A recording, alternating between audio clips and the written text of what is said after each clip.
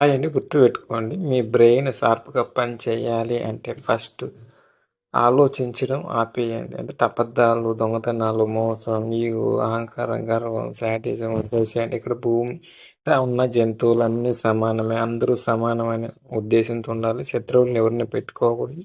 అసలు దేనికి ఆలోచించకూడదు. అసలు భయపడకూడదు. ఓకేనా? వాడవకూడదు.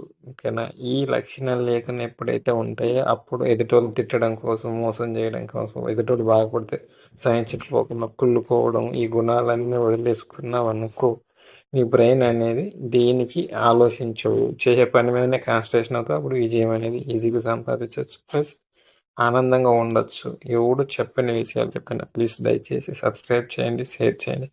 ఎందుకంటే మనం ఎలాగంటే చేయాల్సింది మనం, మారాల్సింది మనము. కానీ మనం ఇతరులను అడుగుతాం, దేవుడిని అడుగుతా ఉంటాం. నాకు చాలా బాధ అనిపిస్తది. అందుకనే మారదాం.